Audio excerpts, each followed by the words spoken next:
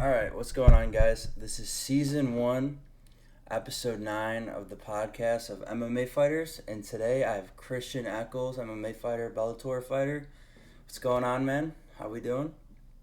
Good, man. Had some training sessions earlier. I'm on a little break right now. As soon as we get done with this, I'm hopping back out there. So Hell yeah, man. made a little extra time over it. Had to eat fast. Yeah, man. Dude, I appreciate the time. So, what we're gonna get started with. So, what got you into MMA? Man, I was honestly was kind of born into it. My dad was a boxer, and Okay. then he retired from boxing and quit for like 4 years, and then MMA started popping up. It wasn't big at all. I mean, this was like early 2000s, and he got into MMA, started fighting, fell in love with it, and I just grew up around it. So that's just pretty much all I've been doing my whole life. That and football, I mean, but I never really went anywhere with football. So So, you took that inspiration from your dad? yeah, for sure. I mean, he was. I thought that man was Superman when I was a kid. I Dude, used to watch that fight every weekend. really? Dude, that's awesome. Like, I've never like going on here. I've never heard like somebody saying like, because I've never heard somebody say, "Oh, like my dad's done it," or I don't know, a relative. This is like the first time I've heard that. I think that's like really cool.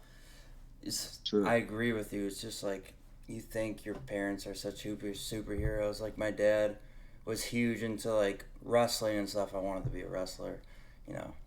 But Yeah. what is like so did you get into boxing or did you just go straight into MMA?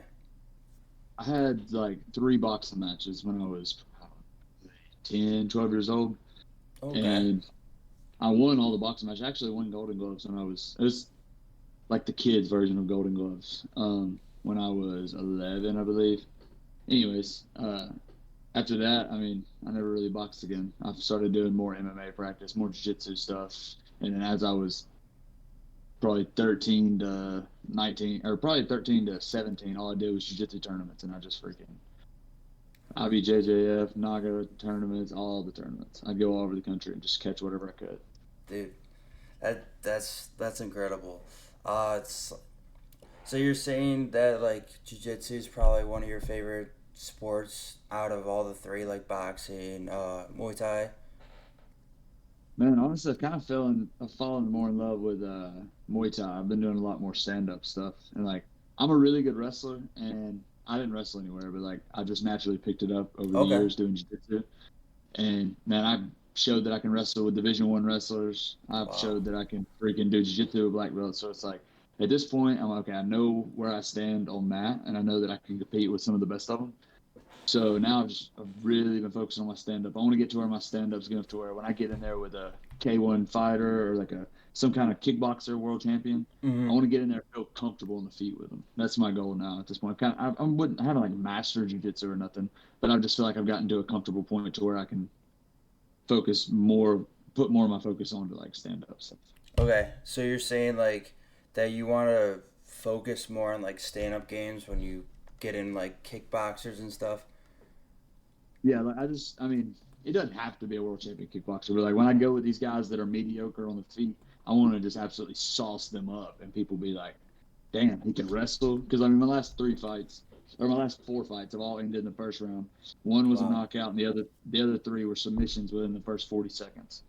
And I just like I feel like I've proven my point about like jiu-jitsu and wrestling. I've showed that like I can do it real good. So now it's time to go out there and put a few fools to sleep and Yeah, get get that call from the UFC. Hopefully, dude. I'm Oh not yeah. too far away from that. Yeah, dude. Just I think that's like really incredible, like to hear. That's like you mastered the other two things, right?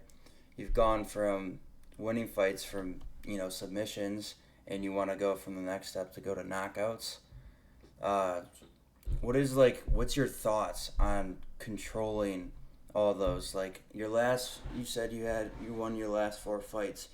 Like, what did you think you did exactly right, and how did you like improve from that? I mean, so to answer the question about what I did right, man, I just feel like in that fight. So early in my career, I was known for having like no cardio, or I'm not known for it, but like it was a known fact in the Mm-hmm. fighting community that if you could weather that first storm, then I would die out. My cardio would kind of slow down.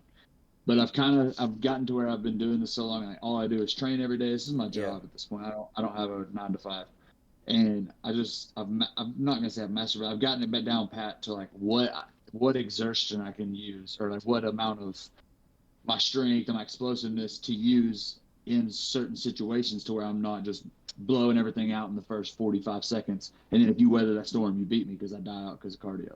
I've gotten to where I can go 5-minute rounds in the gym.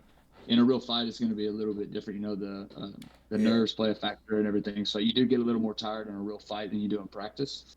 Yeah, of But course. I know for a fact that I can go 3 5-minute rounds right now, doing hard rounds with somebody, and I'm not going to just die out. Like, you're not going to beat me because you outwork me. Mm-hmm. So I would say the last 4 fights, man, I've showed myself that like I know what pace to keep throughout these rounds to like go all the way. And when I finished these guys, they weren't like, I didn't like rush to the finish and like make them. You know what I'm saying? I just like kind of got them to the ground, worked them a little bit, and then went for the sub. Yeah, like eased And up. You're saying yeah, like. I wasn't just like going haywire, like Mm-hmm. trying to like force the finish. Because I mean, when you start trying to force the finish, I feel like it doesn't fall into place quite as easy, Yeah. and it might take you a little bit longer. You might miss the submission because you're trying so hard for that one thing that, like, I don't know. I've almost just kind of like found the finish super quick, like, and efficiently, and I haven't taken any damage. Even when I fought Pat Downey at Bellator, um, I mean, he took me down, but he never did any really damage besides the choke. Mm-hmm. Once we got back to the feet, I mean, I had enough cardio. His started dying out, and I started catching him with big shots because he was starting to die out with his cardio. He didn't have those lessons of taking those L's of people weathering the storm and then beating him. When I weathered the storm, he was like, "Oh shit," and he just started trying to cover up. He had lost at that point. I Yeah. got a still shot that Bellator sent. They put me in like this group chat with all the pictures and stuff. There's like a link to them. Oh, And really? there's a picture. Yeah, there's actually a picture of Pat Downey. He's got like his arms hung down. He's just looking at me like, "Oh shit!" And like I mean, that was whenever I landed that knockout punch. Man, he just was done for. He just wanted out of there, I think. And then I put him out.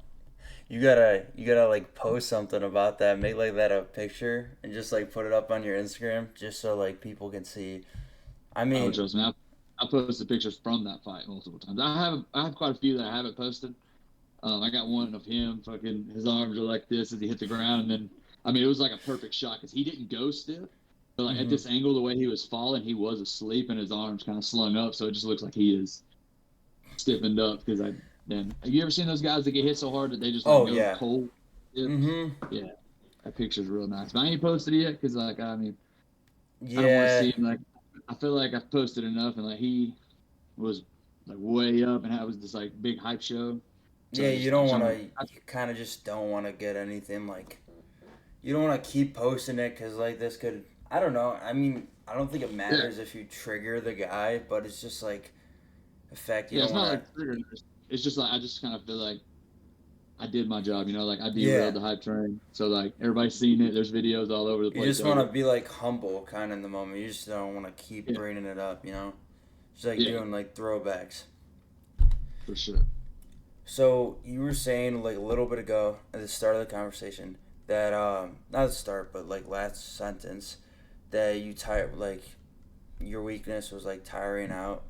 What was it like getting into your first fight like ever like amateurly and like feeling all the nerves and everything and just trying to stay in there? Man, that was the absolute craziest moment. Which, I mean, my first fight I finished in 32 seconds, and it was in my Wow. middle of my hometown. And like that fight, I forced to the finish. Like I was stiff the whole time. I was so just like trying to perform well that I put way too much into it, and I just like went haywire in there. If he would have Yeah. survived the storm that I put on him, and I wouldn't have submitted him, he Mm-hmm. definitely would have put it on me after that. Because he had a little bit more experience. He was like 6-2, I think. Or no. I think he was like 4-6 or some shit like that. He Okay, and didn't have a then great he didn't have a yeah. great record, but he was experienced because I had been doing it my whole life, so I didn't want somebody that had just never fought before. Mm-hmm. And my dad was kind of running my fights. He was picking who I fought, so he gave me somebody with some experience. And like, if that guy would have weathered that storm, it could have been bad. And I just learned a huge lesson at the beginning of my professional career. That's whenever I went 0-2 as a professional. Really? Yeah, my first 2 pro fights, I went in there and I gave him the storm. I fought Trayshawn Gore, who's in the UFC. He's about to Yeah, fight I Bo. know who that is. Yeah, Bo Nickel. Yeah, and then I fought Derek Overstreet, who's from Kentucky. He's on the downside a little bit right now in his career, but like he fights at 205 now instead of 185. And Okay. I think that kind of screwed him going up because those guys are hitting harder and a little bit bigger, and they're able to like. He's 6'3" and he was jacked. I mean, at 185, he was a monster. But yeah, just like man, I put the storm on them. They survived the storm, and then one of them dropped me, and the other one submitted me. And after that, that was whenever I changed my career. I went and found a new team at 10th Planet Decatur and Ironclad, and my coach Matt Scaff, Matt Elkins, my training partner Travis Thomas, man, all of us together, we have just like me and Travis have both leveled up. He's a hot prospect, or he's going to be a hot prospect. He hasn't fought in a little while. He's getting ready to turn pro. Nice. But I think he's about to fight a few more amateurs, maybe 1 or 2 more, and then try to go pro. But yeah, man, it's like we all got together and like we all had one goal in mind, and it was just like get really, really damn good at this stuff, and just get super in shape. And we've done that, and we've completely changed my game. My game went from 0-2 to now I'm 4-2 with 4 first-round finishes, all looking like impressive. Like they were all smooth finishes. There was no like haywireness to it, and yeah, it's just you got to learn those lessons though. You know, those hard lessons, and like sure it sucks having 2 losses on my record, but at the same time, it was very, very, very valuable lessons. And I think the UFC is probably, if they're looking at that, I think they're going to look at that as like, okay, he took 2 L's, something happened here, and now he's went on this streak. So I'm kind of hoping it almost plays in my favor that I took those L's. Yeah. Go ahead. No, you go. You go. I was just going to say, Chris Lytle, he was at B2's fight after I lost my second. Yeah, after I lost my second pro fight, and he was like, man, if you can turn this thing around, you know, like the UFC will look at that and be like, hey, he faced adversity, he came back from it, and now he's doing good. He's like, man, if you can turn this thing around, that won't hurt you. And I didn't know if he was trying to give me like positive vibes or if he was just like being honest. But yeah, man, I've kind of thought about it a lot now that I am on the streak. I'm like, it does show like, hey, I was doing something wrong, figured it out, quit doing that, and now I'm here back on track. And according to my manager, I'm not too far away from getting a call. So hopefully this season, the Contender Series will be sick. But if not, I mean, I'm not going to be mad about it, but like it's looking like I'm going to try to catch probably towards the end of the season. I'm going to be completely honest with you. Going from, I'm going to see if this looks better. Yeah, it looks better. All right, going from like starting off professionally and being an 0-2 and getting that, like learning that lesson, I think that couldn't be like any better for a fighter, because they just start out. It's not like you're like, let's say you start winning, you're like 4-0 and you start going down that streak. It's a lot better to lose at the start and learn your lessons and go up from there. That's something like the UFC is gonna look at. It's like they don't want to see somebody who's been just destroying people then falling down. They're not gonna want them. They want someone who's up and coming, who's learned their lessons, and that is just keeping a streak. So, like, me personally, I think you're definitely going to deserve that call-up. And I think a Contender Series fight or, like, a early call fight, you know, like a late notice.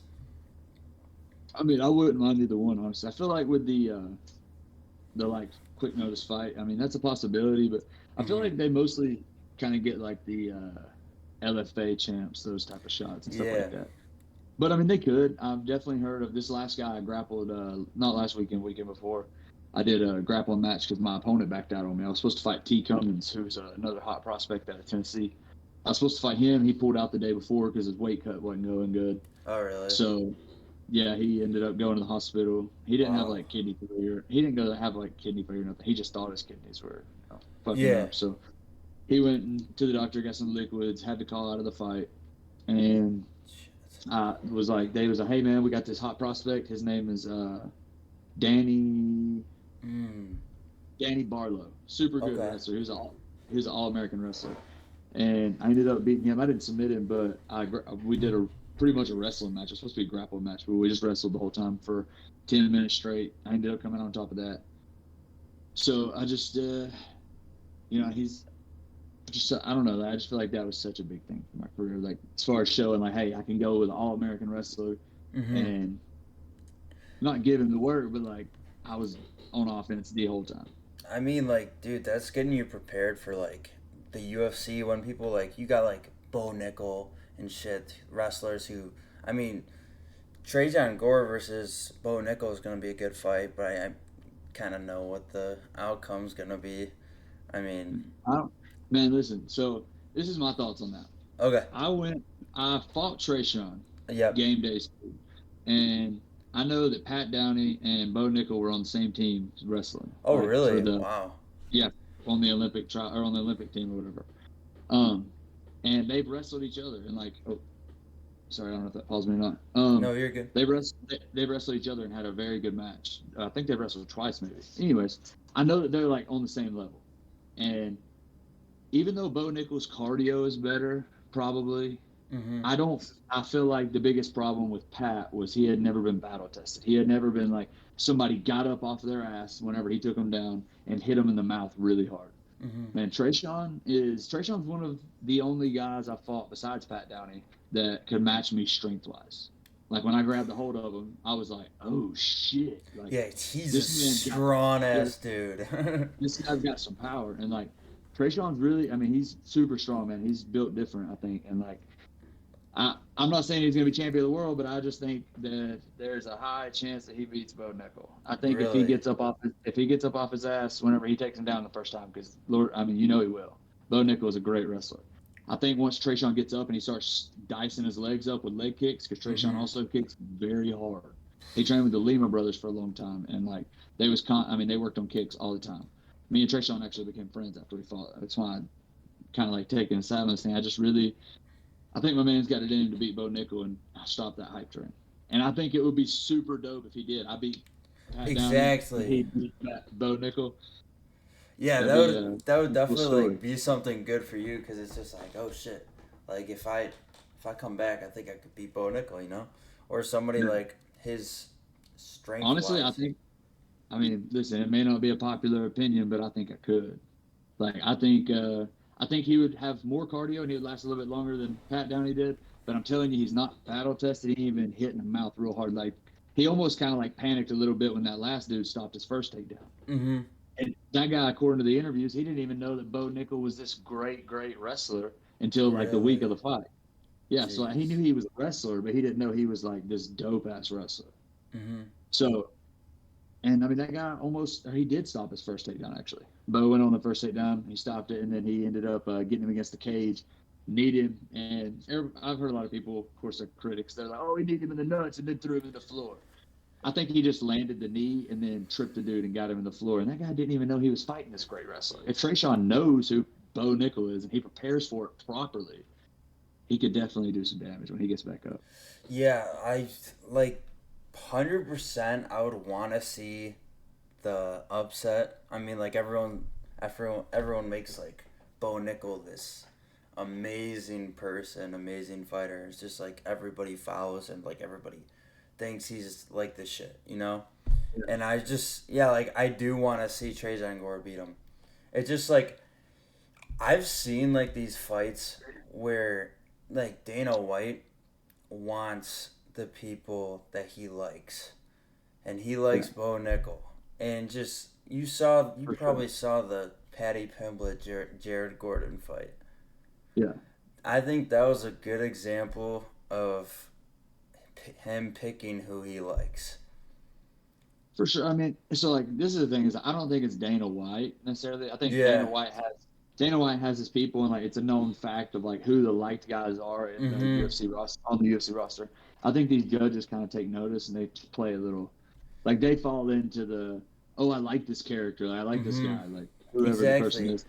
That's why I'm thinking like in a little sense that the judges think like, oh, like Dana likes this guy, they're gonna try to make this guy win when I don't know about you, but my whole opinion on that fight was just like Jared Gordon had that fight.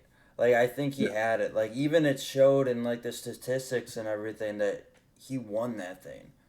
And it just like it sucks because this man's like I didn't know like his story. I didn't know a lot about him. just because like Yeah. I never heard of Jared Gordon. I saw him go against Patty Pimblett. I was like, oh, I've never heard of this guy. And I'm just seeing his story and shit. I'm just like, this man worked so hard just to get robbed. It's a thing with the judges nowadays. It's like I'm seeing all these fights and just a lot of people getting robbed. Yeah. Man, he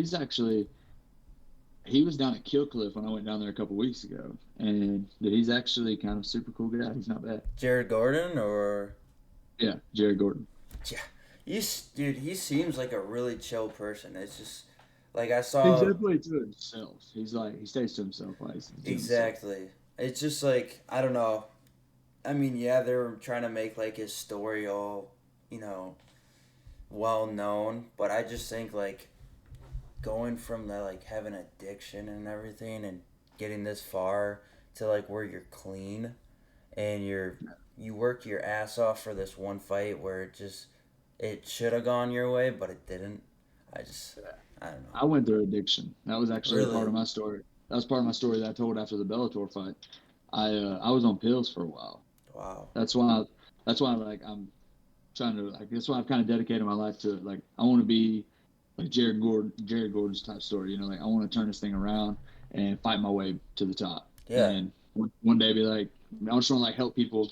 Like, you know, there's a lot of people that like get off on pills, they get off on drugs, and like they never come off that road because they're just like, man, you're like, I'm a loser at this point. Like I've gone too far or whatever, and they just Mhm. continue down that path until they die. And I want to like help people not do that. I want to help people be like, hey, you know what? If that dude from Coleman, Alabama down here, this country boy can turn his life around, you know, like anybody can do it. So like, that's my biggest thing is I want to do this thing and like try to help other people, or at least tell my story. So maybe I can affect one person at least and Yeah. like just help them. Dude, like I did not know that you've gone through addiction and shit. It's just like I appreciate this shit you just said. Like my brother went through it. A lot of people go through that addiction stuff and it's hard. It's hard for Super. some people. Like really fucking hard. And it's just like your story could like help a lot of people. And I Yeah, and that's what I want to do. And whenever I got clean, like, so I was forced to get sober. I had to go to a halfway house, and they yeah. made me live there for to stay out of prison. I had to go there because like I was already on state probation, and then I got a DUI while I was Mhm. driving down the road, and I overdosed. And Wow. somebody had sold me a press pill. I wasn't on dope, but I was on pills, and somebody sold me a press pill, and that press pill freaking got me. And man, like it's just this stuff's crazy, dude. And I want to help people stay away from that. I want to use my story to like have people not do what I did. Exactly, man. It's Dude, like, I I'm glad that you're recovered. Like it's a good thing that you were sent there just because people are trying to help you. It's just for like sure. I we would have helped my brother if we didn't know about it, you know? So Yeah, it's just like if you don't know about addiction, some people are really quiet about it. They won't talk. If they're strong ass people, they don't want you to see like the inside of them. You know? That's yeah, not what anyone wants you to see. And but I mean, dude, just like seeing all these fighters have those stories, it's like life changing because it can help so many people. I feel like if you speak about that clearly, it can just a lot of people definitely follow into your dreams, and a lot of the guys will get through this addiction. Families will help, you know. I just think the main reason why some of that stuff like overdose and stuff happens is because a lot of people don't know about it because everyone keeps it to themselves. You know what I mean? yeah, for sure. Yeah. But dude, like congrats for reaching that stage. I know it was Thank you. probably a hell of a path, but just look at It where you're was at now. insane. Yeah, It's it was like, insane, man. It's like it's so crazy to go through that stuff. mm-hmm. But I mean, look at where you're at now. You went through that path. You got past everything, and now you're fighting in Bellator, where you're four fights in a row. It's like, dude, you're literally Yeah. following the dream.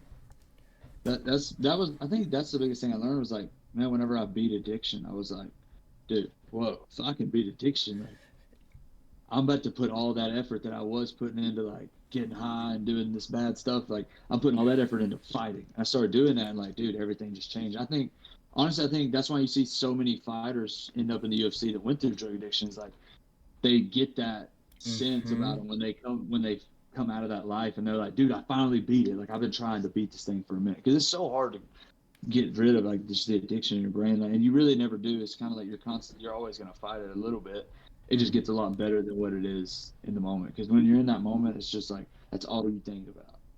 Like you'll skip a training session to go get high or something. Like Yeah. you'll just do drastic things, and that's the, you know, like you said, it's like so hard. Like a lot of people don't understand addiction, and like Mm-hmm. that's so true. Like people don't understand how hard that is. They And don't coming want off to a drug. admit it either. That's like what I've noticed. Like if someone does catch you in the act and like they say it to you, the person's not gonna admit it. They don't want you like they don't want you to see their true colors in a way. Yeah, That's just how I've seen it. for sure. But It's dude, it's like definitely hard to tell somebody like, hey, I have a drug addiction problem. You know, like that's just exactly. something. It's something hard to do, man. And like I never did it personally. I had to be told like, hey, we know you have a drug addiction problem. Mm-hmm. There's no like, I never went about it and just told someone. I just they told me and said, hey, we're gonna fix you. Mm-hmm. I feel like it's kind of a scary thought of someone who has an addiction and they want to tell somebody about it, but they're actually probably thinking of like, oh, what's gonna happen next? Like, is this gonna like? They're scared of like going, going to therapy and stuff. They don't know what's gonna happen. They don't want to like let people down. This it's kind of just how I've seen it, and it's like you said that if you can beat addiction, like you could beat anything. Like use that as your motivation, like you probably have, and For just sure. keep going. It's gonna just make everybody inspired that has gone through that shit. You know, in my Bellator fight when Pat Downey put me in that choke, Mm-hmm. he was choking the absolute shit out of me. But like he had me in a tight spot. Like he had me in something he's finished guys with before, or not finished guys before, but like does in wrestling, Mm-hmm. and he's used that to like beat guys. And he hit me, like he hit me in that choke, and in my head, dude, I was just like, I done came way too far to tap out to this choke. Like we gonna go to sleep if anything. Yeah. And it was just like that. And like I got a little girl that like I'm like that's another motivation for me to change my life. And like she was going through my head in that moment. Like I was just like, man, there's been too much lead up to this for me to just tap. Um, Exactly. we're gonna go to sleep if anything. So I just kept fighting it off, kept fighting it off, and I got pictures of my face like damn near purple. And I'm like squeezed up in a head on, and man, it just wasn't happening. I wasn't losing to that. And it all stems back to like, sorry, I kind of got a little sidetracked there, but like, it all stems back. Me not tapping to that is just kind of stems from me knowing that like I put all of this work into this. And I try to think about that with every fight, even when I'm training. Like when I want to quit, I'm just like, nah, dog. That I think when you get that like that feeling, so like when you something doesn't work out in like a fight, I know it's been in like movies and shit, but I feel like it'd be like reality for sure. Like you said that you thought about a lot of shit when you were in that hold. I feel like when you're losing that fight or like it's like something bad might happen, you want to just get all that shit out of your head and you want to just focus on why. Like I put a thing like in my head, it's just your whys, right? It's just like why are you doing this, for who, for what, or like why you started. Put that in your head in the last second, or why you're like give every like last breath or anything that you have in you and just keep going. That's kind of, I just think like comebacks are from shit like that. Yeah, for sure. And dude, I respect hell out of all the people that do that, because it's just like they dedicate their life for this sport and they're willing to put it all in the cage. And it's just like people like you inspire me. It's just like exactly for me. That's why I started MMA, because I want to. It's a sport I love, even like watching it, and I want to like do something with it. And I mean, dude, I fight for my brother, of course. That's like my huge why. And I think every fighter has something like that. And going off of you, I just think that's it's always good to have a why, because it's just like if you don't, it's kind of hard to think like why am I doing this, or For what am I sure, fighting man. And for? like honestly, like, if you want to do something with the sport, I would just say freaking just go hard, dude. Like, Mm-hmm. just dedicate it. Just put all the time in. Like, when you're in the gym, fucking be in the gym. Like, go hard. Like, I spent a lot of time kind of like, do I want to do this? You know, like, I was doing it, but I wasn't like fully. But now I'm just like, I work constantly and I work hard. Like, almost everything is like aimed towards fighting in my life. Like, when I go to the gym, I'm not like, I'm gonna go in there and get jacked and hit the weights. I'm like, I'm gonna go in the gym and what would be efficient for like not having me too sore for sparring tomorrow, and would also help me Exactly. like not be too stiff because I'm just getting too jacked or something. You know, everything that I do, it kind of revolves around fighting. I think that's a big thing that once you decide you really want to do it, like, you can find the way to like make your life all about fighting. Mm-hmm. Because you kind of find your path of how to do that, and because everybody has a different path, and like once you find your path of how you do that, you just freaking go hard. Yeah. Uh, Off of your lifting thing, do you do like the light work, many reps? Is that probably what you do if you got like a hard sparring maybe the next day? That's like kind of what I've learned. I don't know about Well, you. usually what I'll do is like I'll go in there and I'll do fast or steady state cardio. I'll put the Okay. treadmill on like a 9 to 11 incline, and I'll put it on 3.2 speed. It's not too fast. I'll do like 30 to 45 minutes.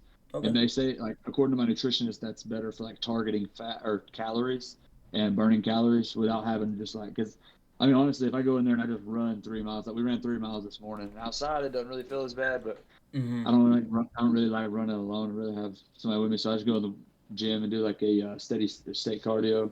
And I get most of my cardio from like training. Of course, I do in live rounds. That's where most of my fighting cardio comes from. I just do that to help cut weight slowly, and like I'm already in the groove, staying active. There's really no off days. I'm doing something every single day. Even on Friday, it's supposed to be like my off day. I still go do steady Oh, state really? cardio, and I might hit like some shoulder workouts or something. And Nice. then I got a strength conditioning coach. Have us do like power cleans, and he'll have us do other stuff with like the group. But as Mm-hmm. far as like by myself, I mainly just go to the gym and do a steady state cardio, maybe a little light shoulder workout or something. Yeah. But I never do anything crazy. It's just kind of like lightweight and like medium reps. Yeah, what I've seen like going off in the whole like MMA like spiel, it's just like we've done like like the light training but it's like hard cardio if you know what I mean. It's like the strength Yeah. training, picking up the dummy, running it and stuff, the ropes, doing benches, but at a light weight, not a huge, not like massive weight or the cleans. Yeah. I just think like from somebody going from like a different sport, did you start with football or were you just into boxing? I was kind of into both already. I mean, like as far as I remember, I mean, I kind of toyed around boxing when I was younger, but my attention span wasn't really there, so like, it was kind of hard for me to like stay focused. Okay. But like I started getting a little bit more serious about it close to the time I started getting pretty good at football. So it's kind of like it just kind of lined up together, and it was like I was good at both, but football required grades, and it required me to like not get in trouble, and I was always getting in trouble. So it's just Mm-hmm. I still played football. I just never really took it as serious as I did fighting. Okay. I s- what do you think like going through both of those? I know like what do you think of the trainings? You think MMA is a lot harder? I like personally, I know it's an easy question. I just want to see like your input on it. What do I think is harder work? Yeah, like going because I know you said you started both at the same time.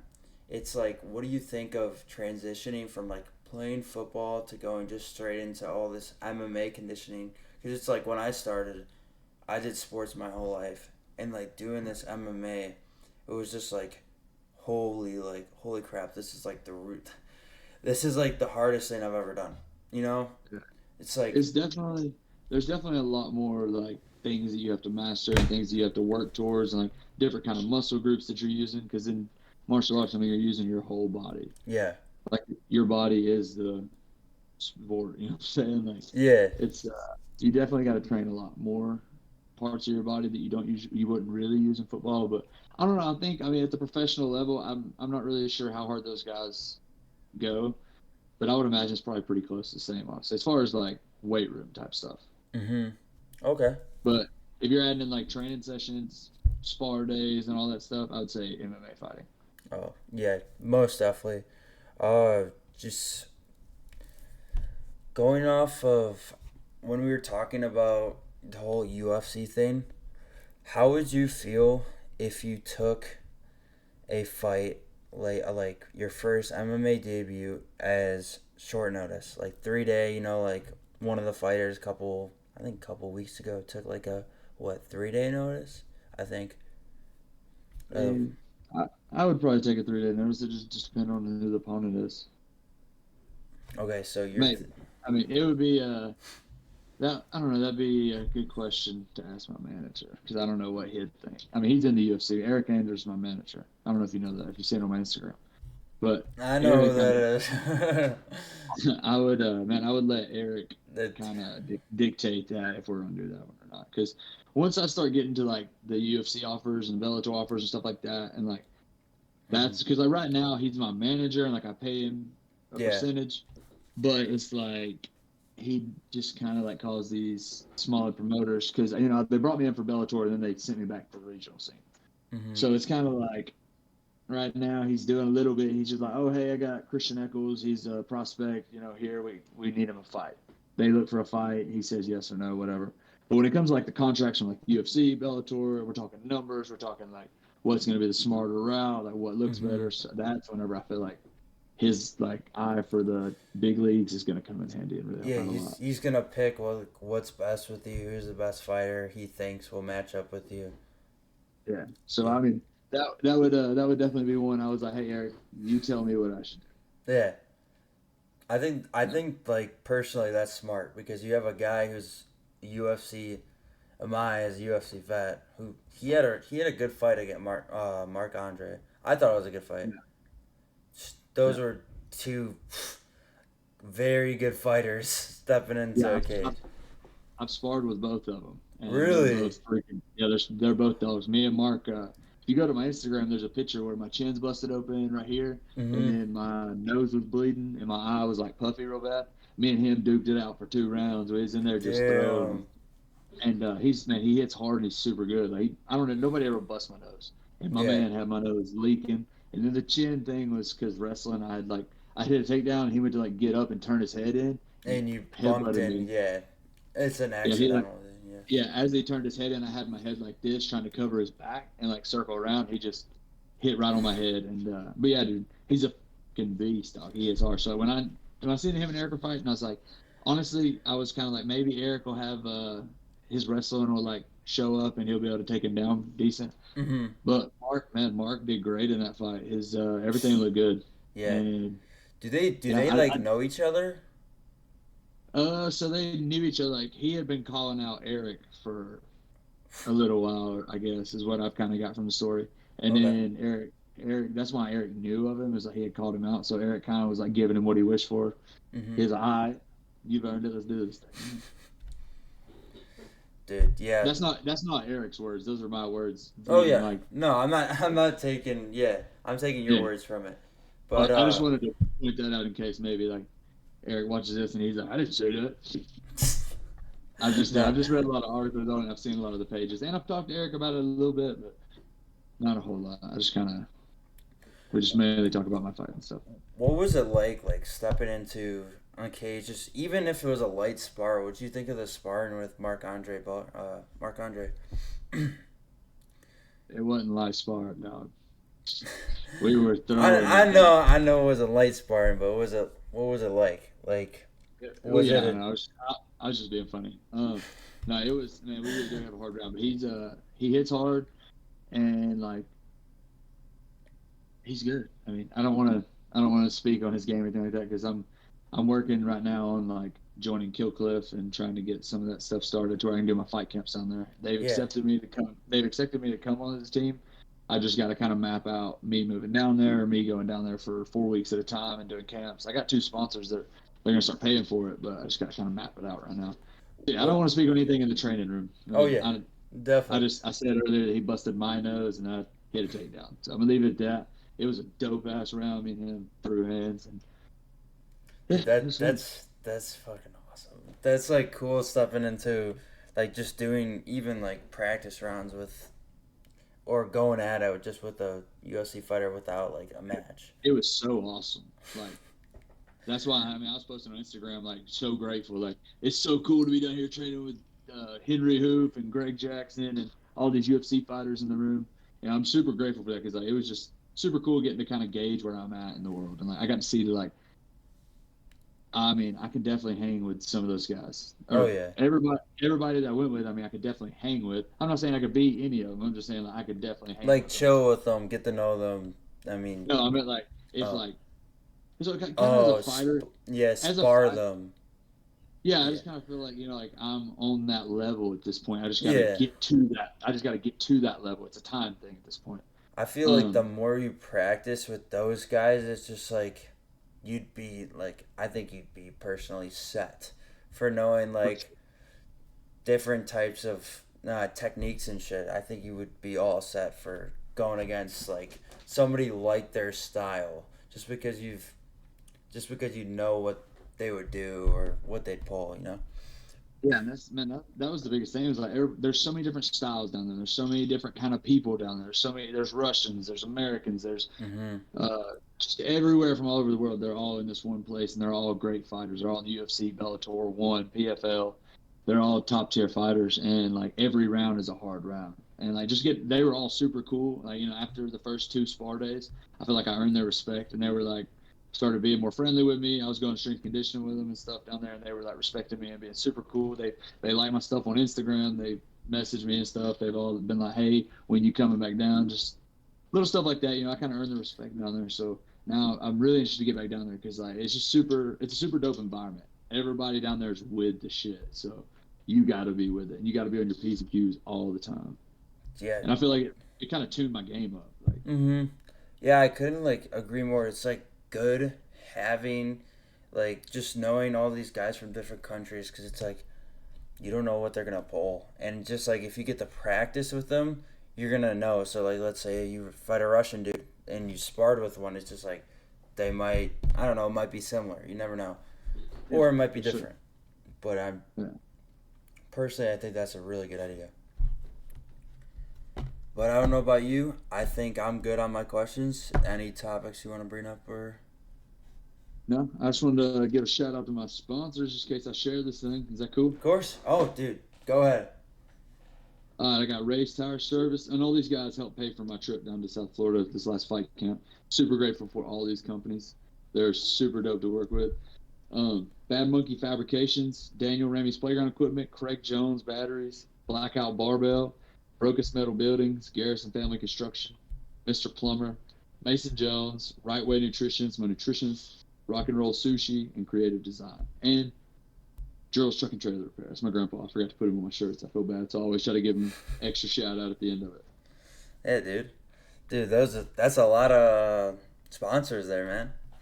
Yeah, man, I had to pay for that trip, so I had to make sure everything was taken care of. Yeah, of course. All right, man, dude. Appreciate you coming on last minute. That was literally like I think last night, right? Yeah.